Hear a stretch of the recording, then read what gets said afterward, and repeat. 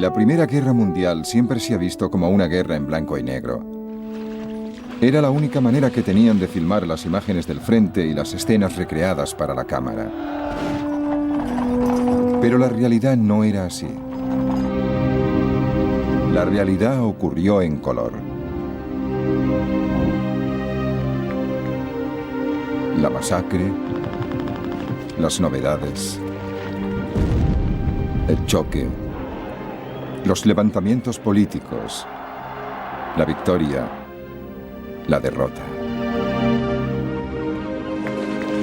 Los campos eran verdes, el fango pardo y las luces brillantes. Ahora, con la ayuda de la nueva tecnología por ordenador, se ha devuelto el color fielmente y con gran detalle al blanco y negro de la Primera Guerra Mundial. Por primera vez, esta serie contará la historia de la Primera Guerra Mundial tal como la vieron los que lucharon en ella.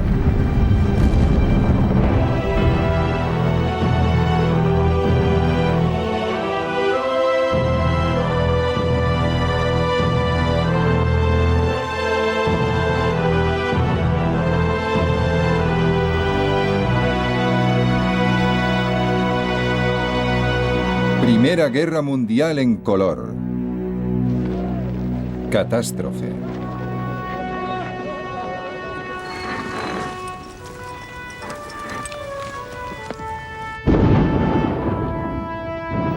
La Primera Guerra Mundial fue una guerra a una escala que nadie había conocido o imaginado hasta entonces. Entre 1914 y 1918, unos 65 millones de hombres tomaron las armas. 10 millones murieron en la batalla. 20 millones quedaron irremediablemente heridos física o mentalmente.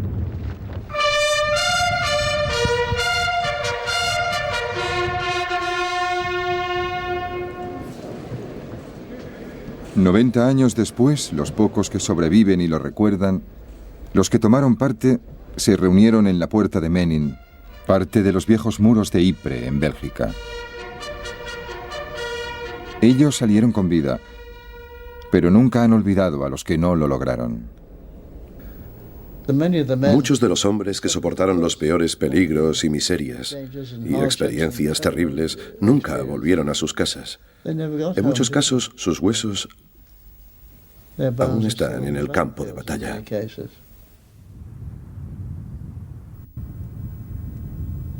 Los demás millones que murieron en esa guerra eran estadísticas para recuento de futuros historiadores.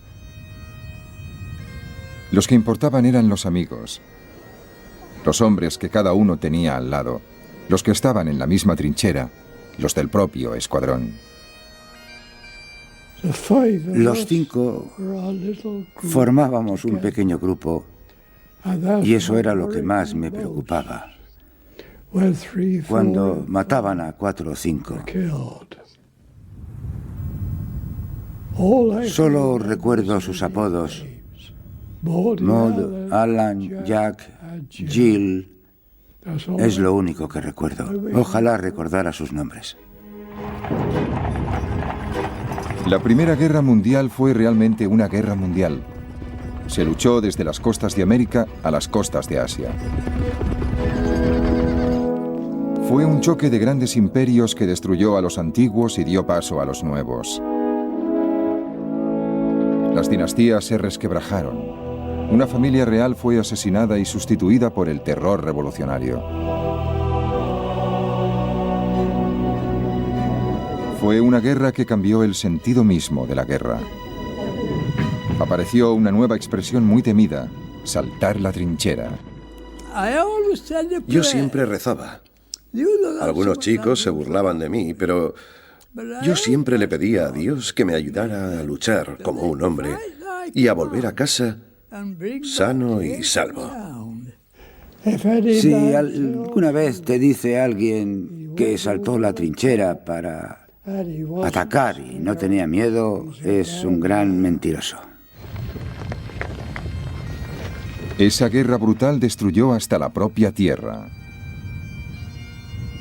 No queda ni un árbol. Ni un metro cuadrado de terreno que haya escapado a la mutilación. No hay más que barro y agujeros de bombas. Y en el fondo de muchos agujeros, los cadáveres. Había armas horribles, minas enormes, frentes de artillería como no se habían visto jamás. A veces me maravillo de cómo podemos soportar la tensión de esta vida. Día tras día, noche tras noche, hora tras hora, bombas pesadas cayendo a cada minuto a pocos metros de ti, casi atontándote con el ruido de la explosión.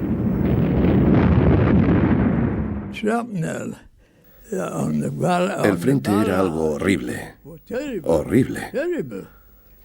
No entiendo cómo pudo sobrevivir alguien. No era solo el frente occidental. Los soldados del este de Rusia, que murieron a millones, eran los primeros que se preguntaban si todo aquello tenía sentido. ¿Qué estamos haciendo en esta guerra?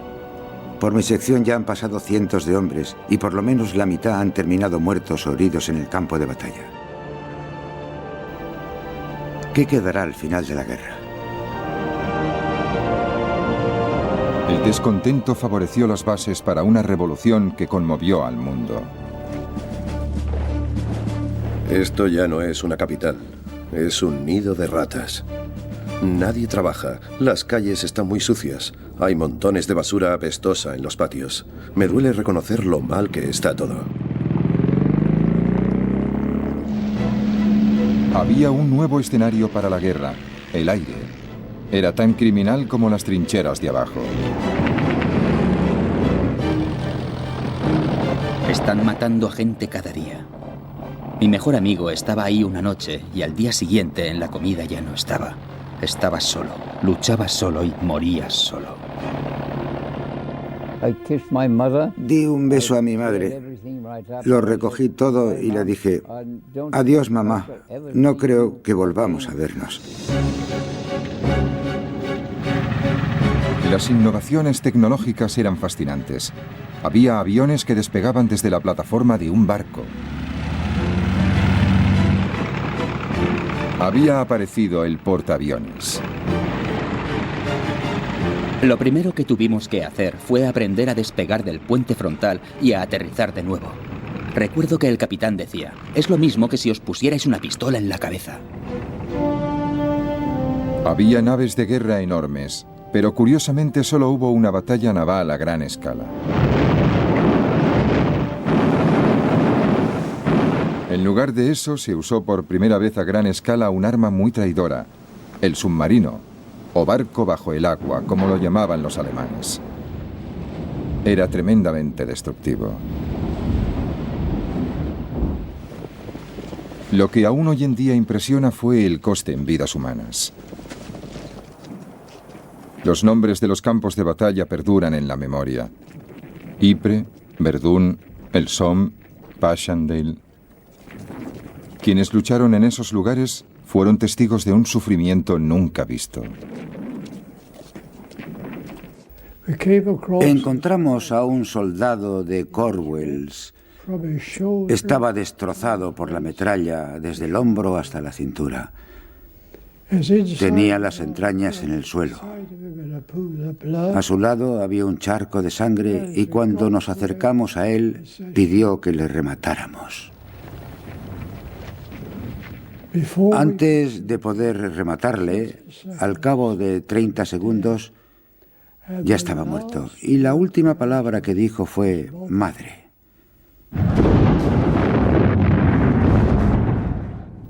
Y esa palabra me ha obsesionado toda la vida, madre.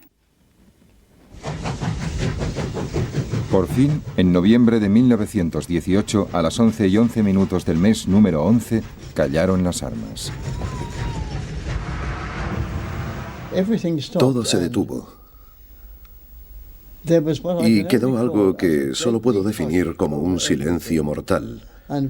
Y todos nos quedamos quietos. Nos miramos unos a otros porque de repente nos dimos cuenta de que no teníamos objetivos, no teníamos nada que hacer. Al final de la guerra, los humanos habían vivido la experiencia más devastadora de la historia.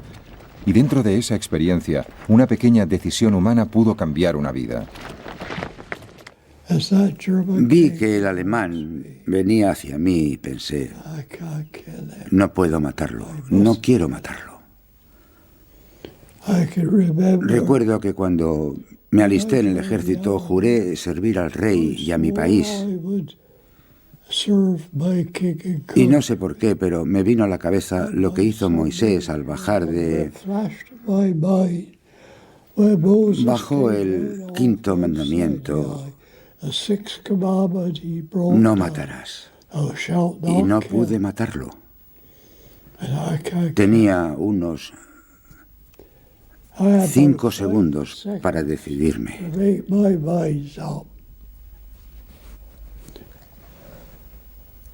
Le disparé por encima del pie y por encima de la rodilla. Le tumbé, pero no le maté.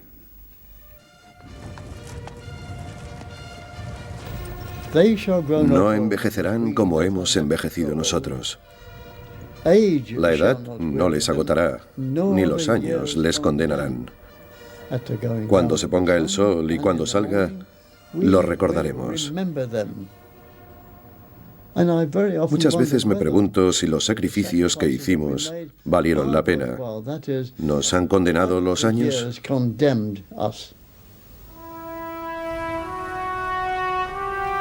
Pero ¿cómo empezó todo?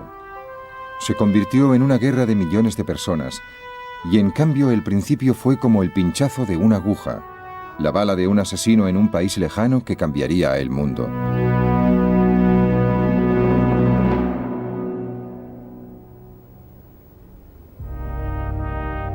El 28 de junio de 1914 en Sarajevo, la capital de Bosnia. Lanzan una bomba a un coche. La bomba no alcanza a los ocupantes, que son el archiduque Francisco Fernando, heredero del trono de Austria, y su esposa. La pareja real continúa con su visita oficial. Pocas horas después, el coche se detiene de nuevo y esta vez disparan una pistola. El príncipe de la corona de Austria y la archiduquesa Sofía son asesinados. Según los informes, el asesino forma parte de una organización terrorista respaldada por el gobierno de la vecina Serbia.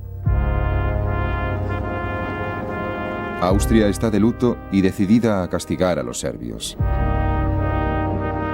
Aunque pocos se dan cuenta, ha empezado la cuenta atrás para la guerra. Cuando ocurrió lo de Sarajevo, la gente no se preocupó mucho. En los Balcanes pasaban cosas así constantemente. Era muy desagradable, pero desde el punto de vista británico se trataba solo de unos salvajes pintorescos con enormes y brillantes galones y unos nombres impronunciables. Y a nadie le preocupaba demasiado. El asesinato de Sarajevo parecía simplemente una pequeña interrupción en la época dorada de Gran Bretaña. En 1897, la reina Victoria celebró su jubileo de diamante. ¿Cómo aplaudieron a mi querida reina? Sentí un gran agradecimiento y una gran satisfacción por haber presenciado con mis hijas, mi marido y mis hijos esta gran, extraordinaria celebración.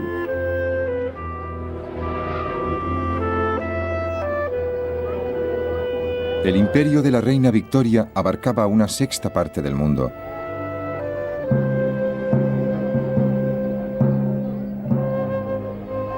Los británicos se sentían los amos en el extranjero y una nación comercial y pacífica en su país.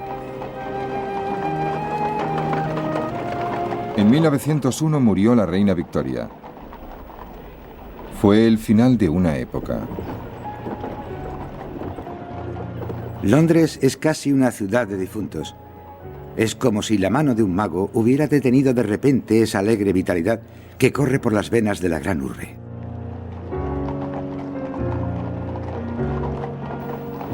El ritmo del paso de los soldados, la música de la marcha funeral de Chopin y el redoble de los tambores. Era como si todo el mundo en Inglaterra hubiera perdido a su padre y a su madre. Pero la supremacía británica parecía asegurada. Solo una amenaza aparentemente pequeña se cernía sobre la Pax Británica: Alemania. Era un país unificado solamente desde 1871 y una potencia pujante en Europa, dirigida por el ambicioso Kaiser Guillermo II. Desde que se convirtió en emperador en 1888, el Kaiser estaba decidido a usar la nueva potencia industrial alemana para crear un imperio de ultramar. Para ganar ese imperio primero y conservarlo después, necesitaba una armada. Las ambiciones del Kaiser preocupaban a los británicos y las dos naciones empezaron a competir en una carrera de armamento naval. En 1908, en una entrevista para el Daily Telegraph, el Kaiser decía que solo estaba imitando a las demás potencias imperiales. Alemania es un imperio joven y pujante. Tiene un comercio internacional que se expande rápidamente y al que las legítimas ambiciones de los patriotas alemanes se niegan a poner límites. Alemania debe tener una flota poderosa para proteger ese comercio. La aparición de Alemania había reestructurado el mapa europeo. Alemania formaba una alianza con un imperio mucho más antiguo, el austrohúngaro.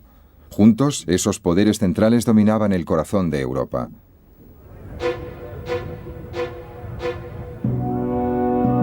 Pero la dinastía austríaca de los Habsburgo se estaba pudriendo desde dentro.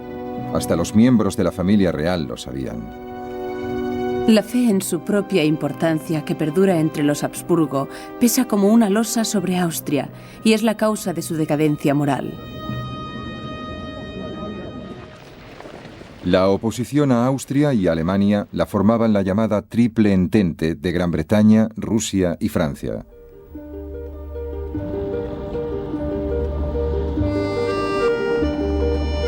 Francia había quedado destrozada por las revoluciones y fue derrotada por los prusianos en la guerra de 1870. Pero París seguía siendo la ciudad con más encanto del mundo.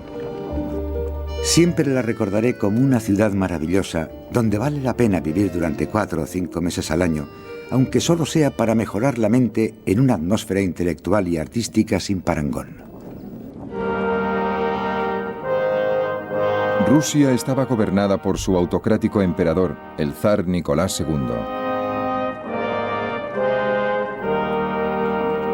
Los rusos habían sido derrotados por Japón en la guerra de 1904-1905 y eso había provocado un primer intento fallido de revolución. La amargura de muchos rusos está resumida en una petición de los trabajadores al zar. Nos vemos obligados a mendigar. Nos vemos oprimidos.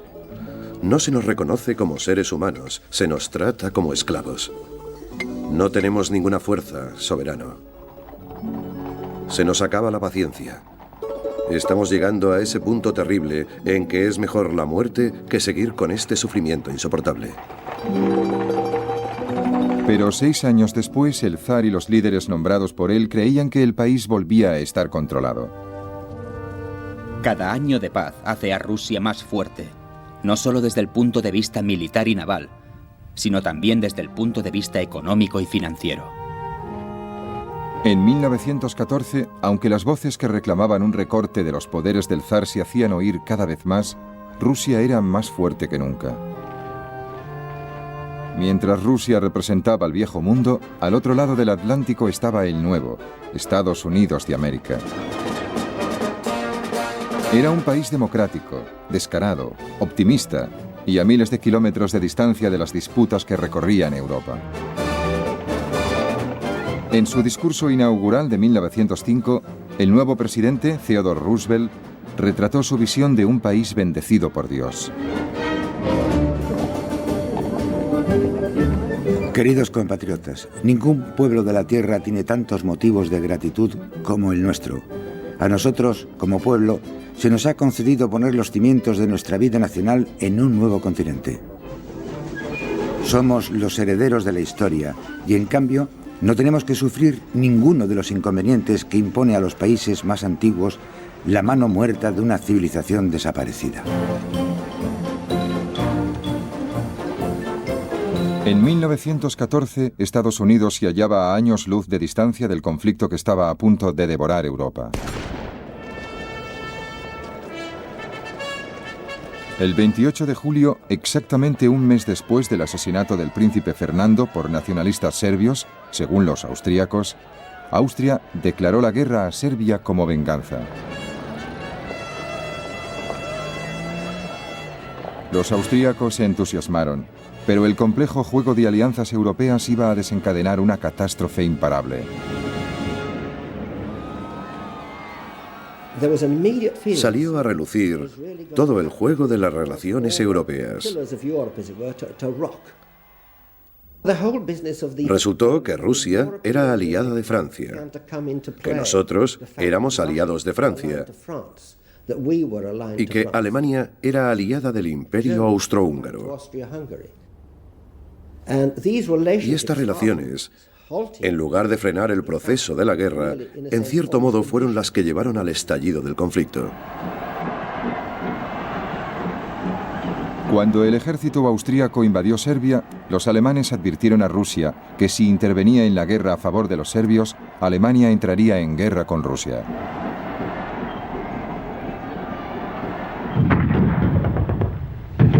El 30 de julio, los cañones austríacos empezaron a bombardear la capital serbia, Belgrado. Los serbios se volvieron a Rusia pidiendo ayuda.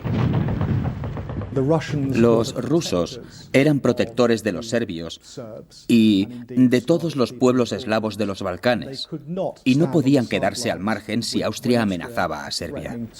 Y así, Rusia se vio arrastrada a una crisis internacional. Igual que los austríacos, los soldados rusos estaban impacientes por luchar. El espíritu de los soldados es excelente. Están animados por la firme creencia en la verdad y el honor de su causa. Y por suerte, no hay ningún motivo de nerviosismo o ansiedad. Entonces Alemania declaró la guerra a Rusia. Sin embargo, sus motivos eran otros. Su agresión había dejado al país cercado por la alianza entre Rusia, Francia y Gran Bretaña. La guerra llegaba en el momento más adecuado.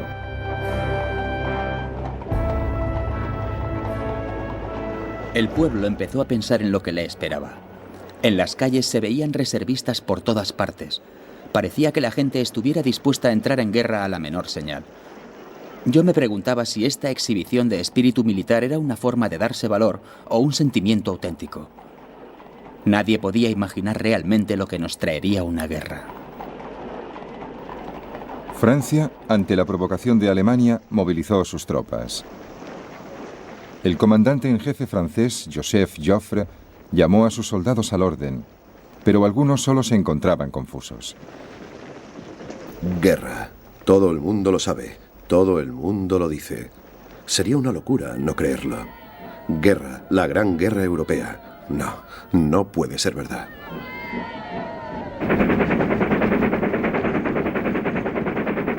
Las tropas alemanas se dirigieron a la frontera con Bélgica. Los estrategas alemanes consideraban que un ataque rápido a través de Bélgica sería la forma más sencilla para entrar en Francia y adueñarse de París. El 3 de agosto, un lunes festivo, los británicos recibían la noticia sin poder creerla. Esta mañana, a la hora de desayunar, nos enteramos de que se ha declarado formalmente la guerra entre Francia y Alemania. Alemania ha declarado a Bélgica que si sus tropas pueden pasar sin ser molestadas por territorio belga, protegerá sus intereses en el tratado que se firme al final de la guerra. Bélgica se ha negado indignada y el rey de los belgas ha pedido ayuda al rey Jorge de Inglaterra. Había una fuerte corriente de simpatía hacia los belgas en Gran Bretaña y mucha gente decía, por Dios, ¿nos vamos a quedar de brazos cruzados o actuaremos como gente decente? El 4 de agosto, el ejército alemán entró en Bélgica. Por fin, ya tengo órdenes. Por favor, mamá, intenta no perder nunca de vista lo que yo he comprendido. Si en estos momentos pensamos en nosotros mismos y en nuestros seres más cercanos, seremos mezquinos y débiles. Debemos mantener una visión amplia y pensar en nuestro país, en nuestra patria, en Dios. A medianoche del 4 de agosto, Gran Bretaña declaró la guerra a Alemania. Para entonces todas las naciones de Europa habían sido arrastradas a la confrontación. Pero la creencia general era que todo habría terminado para Navidad.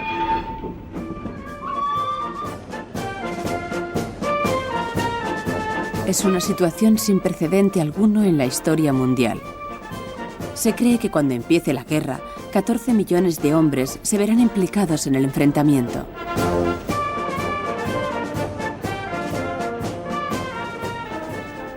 Creo sinceramente que Gran Bretaña no tenía otra opción. Era una superpotencia, la mayor superpotencia de Europa. Si había que hacer una gran demostración de fuerza en Europa, Gran Bretaña debía participar. No podían quedarse mirando y dejar que Europa se derrumbara.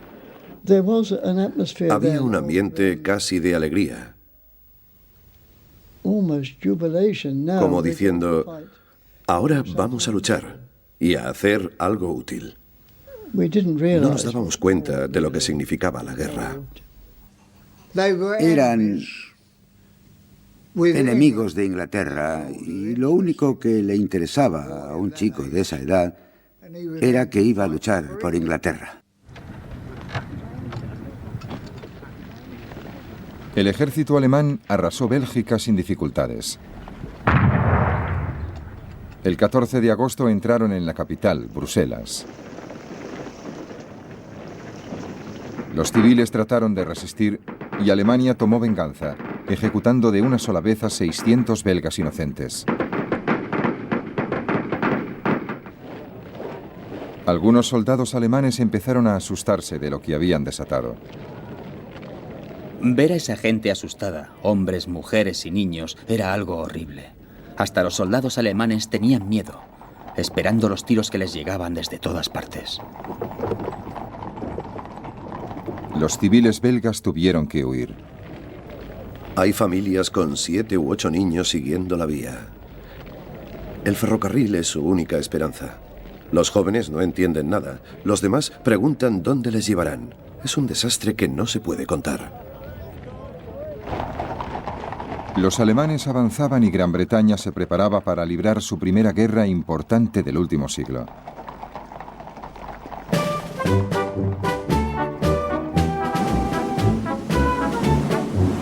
Desde hacía más de 100 años, desde la batalla de Trafalgar, la Armada británica había dominado el mar.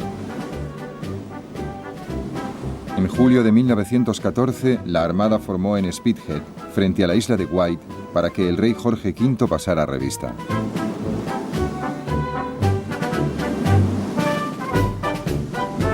Era una imagen impresionante, pero el ejército británico siempre se había visto mucho menos importante que la Armada, y era mucho más reducido que sus rivales del continente europeo.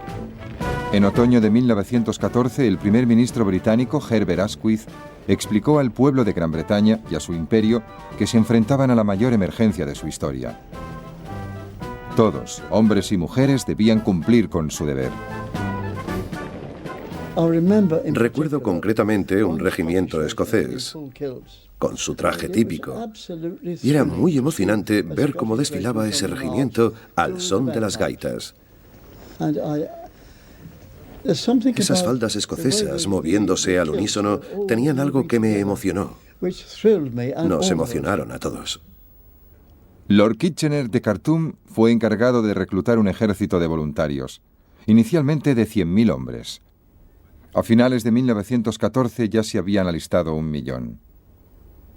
Me alisté como voluntario el 2 de septiembre de 1914.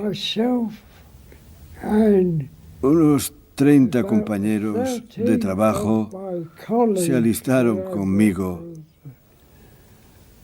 todos juntos.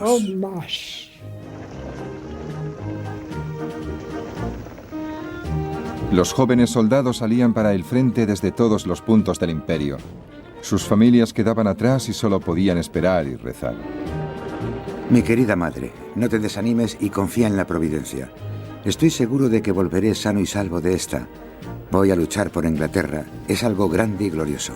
Lo mejor que puedes hacer por mí es estar alegre y, sobre todo, escribirme a menudo. Y cuéntame todas las novedades.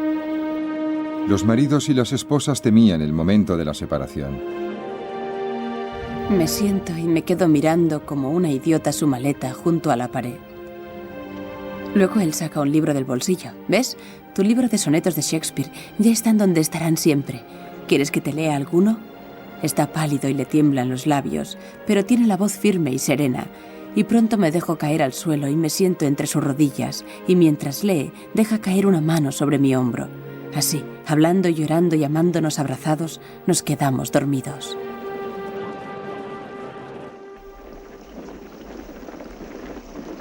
El alto mando envió la fuerza expedicionaria británica a Bélgica para detener el avance del ejército alemán. El 23 de agosto chocó literalmente con los alemanes en la ciudad de Mons. Su primer día de combate les sorprendió. La infantería enemiga avanzaba, según uno de nuestros soldados, en columnas de amasa. Se derrumbaban, cegados rápidamente.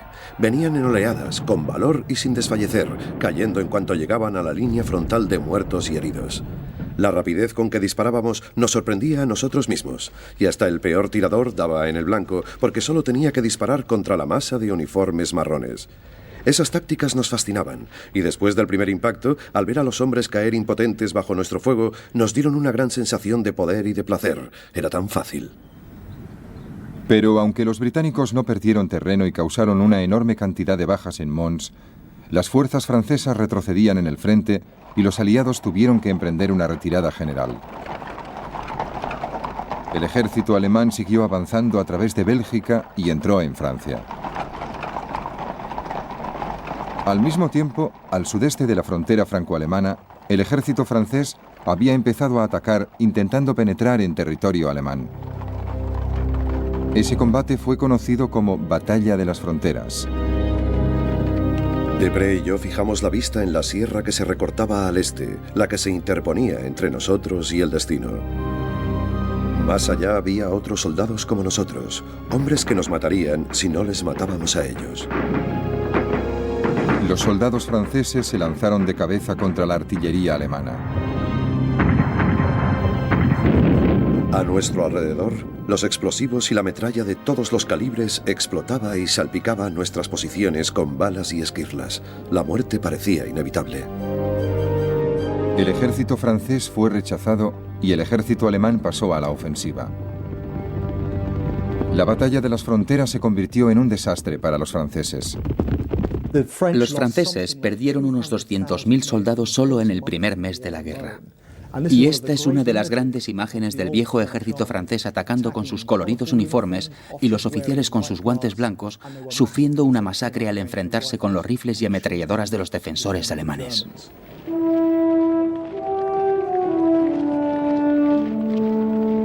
Miles de franceses cayeron prisioneros y los soldados alemanes se adentraron cada vez más en Francia.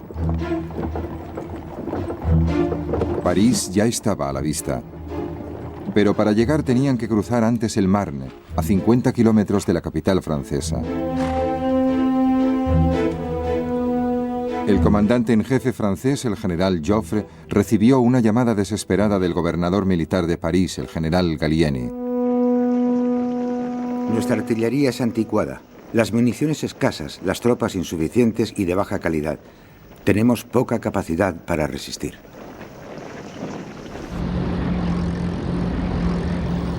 Entonces Gallieni hizo algo extraordinario. A falta de medios de transporte militares, organizó todos los taxis de París para que llevaran a sus soldados al frente a unirse con el ejército de Joffre. Joffre desató un contraataque franco-británico que desconcertó al ejército alemán. Hicimos huir a los alemanes. Estábamos furiosos y además éramos otros, en cierto modo, unos veteranos. Muchos de nosotros a los 20 años ya habíamos luchado en 3 batallas. La batalla del Marne fue el punto de inflexión del primer año de guerra. El avance alemán fue detenido en seco y sus comandantes se dieron cuenta de que habían sufrido un tremendo revés. La ofensiva alemana en el frente occidental ha sido aplastada. El milagro del Marne ha salvado a Francia. Lo llamaron milagro, porque fue un ataque tan bien disfrazado, tan bien lanzado, que cogió a los alemanes totalmente por sorpresa. De repente, todos sus planes, sus ambiciones se hicieron pedazos. Y fue entonces cuando la guerra se convirtió en un conflicto que iba a durar muchísimo tiempo.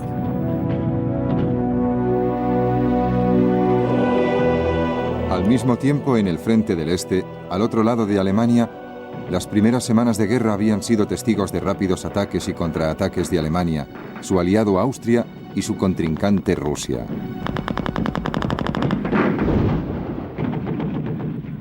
Todo empezó con la invasión austríaca de Serbia, que fue precisamente el detonante de la guerra. La invasión no fue tan fácil y tranquila como esperaban los austríacos. Cuando los austríacos invadieron Serbia, iban muy decididos a castigar a esos malditos monos balcánicos y a demostrarles lo que valía un ejército poderoso. Pero olvidaron que los monos balcánicos llevaban mucho tiempo en guerra y tenían más experiencia que los pobres austríacos. Nunca habían librado una guerra, solo una muy pequeña en Bosnia hacía 25 años. Maniobraron con muchas pretensiones al atacar Serbia y salieron bien escarmentados.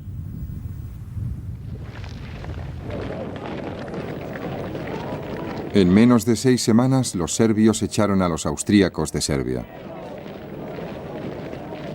Al mismo tiempo, la otra mitad del ejército austríaco también combatía en una lucha feroz contra un enemigo mucho más importante de Austria y de Alemania: Rusia. Cuando estalló la guerra, el ejército regular ruso era el más numeroso de Europa, con casi 1,5 millones de soldados.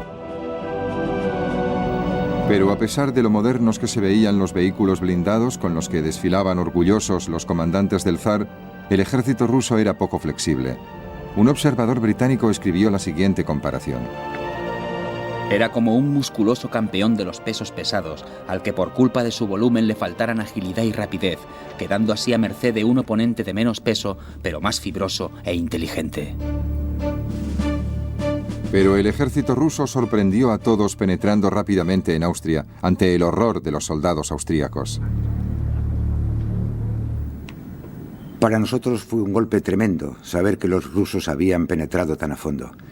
Pero al desánimo que siguió a esta sorprendente revelación le sustituyó la emoción de enfrentarnos tan pronto al enemigo. Fritz Kreisler entró pronto en combate.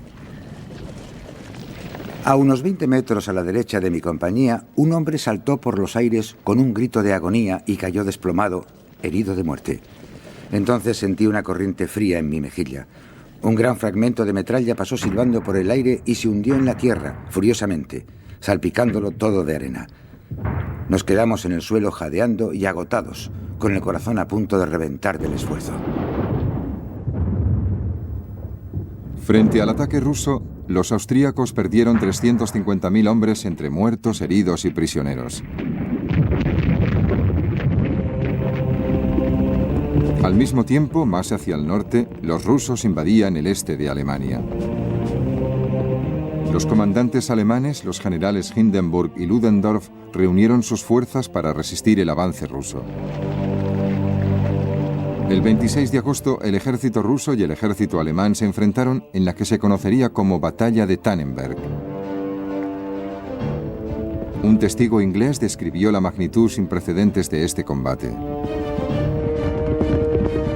El frente de esta tremenda batalla era muy extenso y los rusos presumían de tener 3 millones de soldados.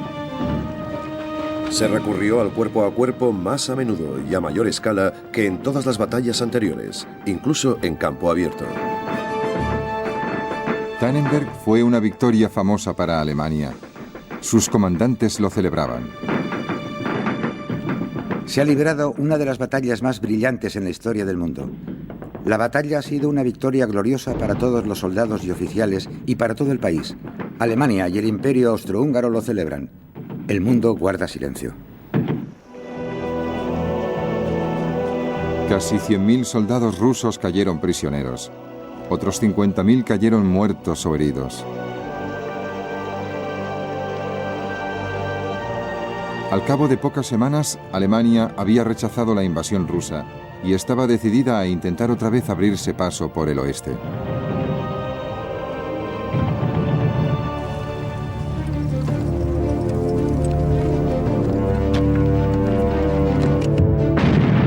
El 19 de octubre de 1914, los alemanes atacaron a las fuerzas franco-británicas en la ciudad de Ypres, en Bélgica.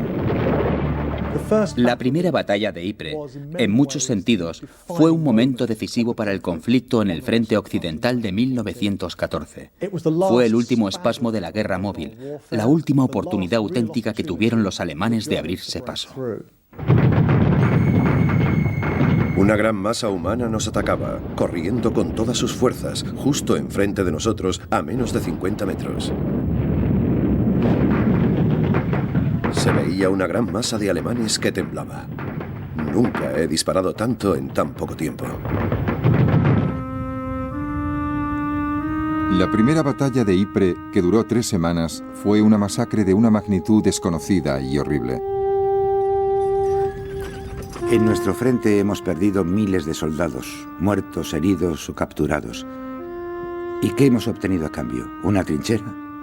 ¡Qué desperdicio de vidas humanas! No solo eso, vidas jóvenes.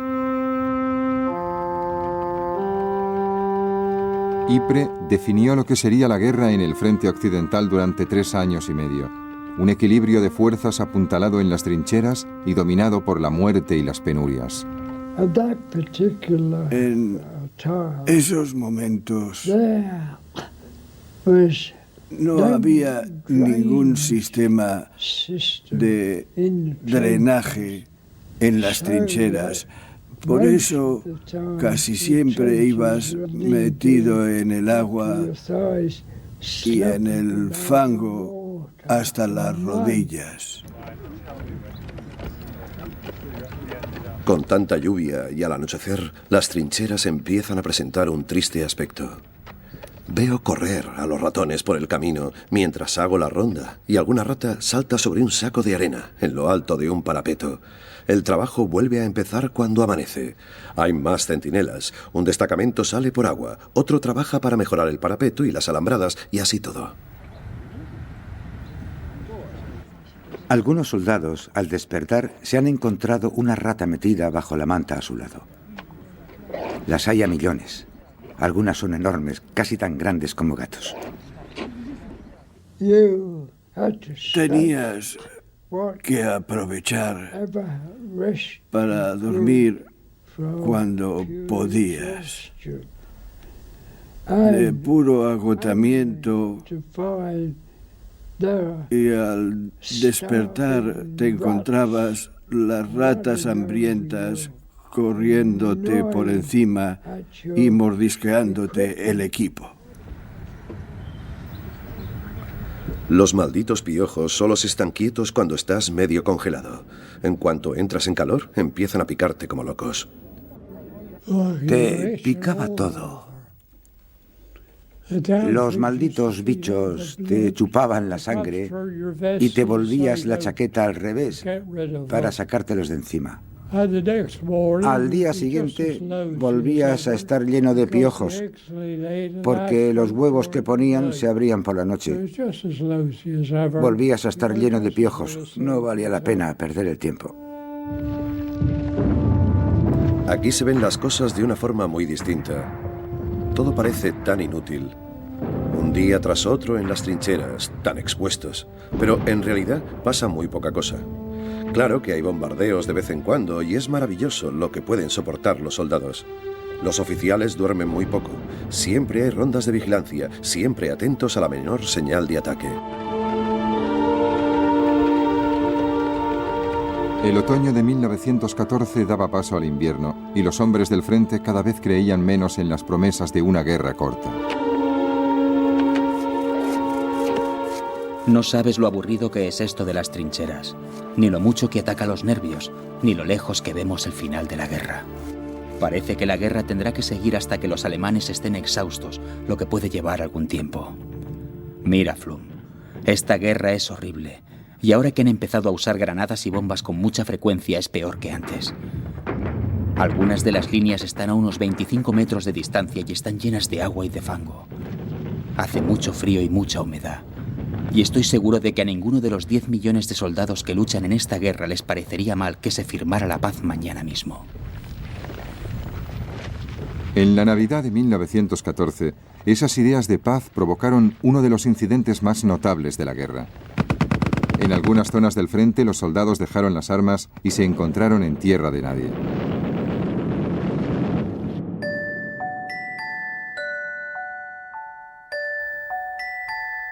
Y a la luz de los focos estábamos todos, ingleses y alemanes, charlando y fumando juntos a medio camino entre los dos frentes. Un grito de alegría brotó de amigos y enemigos. El grupo estaba demasiado lejos para oír lo que decían, pero al fin oímos un alegre «Buenas noches, feliz Navidad y próspero año nuevo a todos». Y con eso volvimos cada uno a nuestras respectivas trincheras. Después nos pasamos toda la noche cantando con el enemigo, una canción tras otra.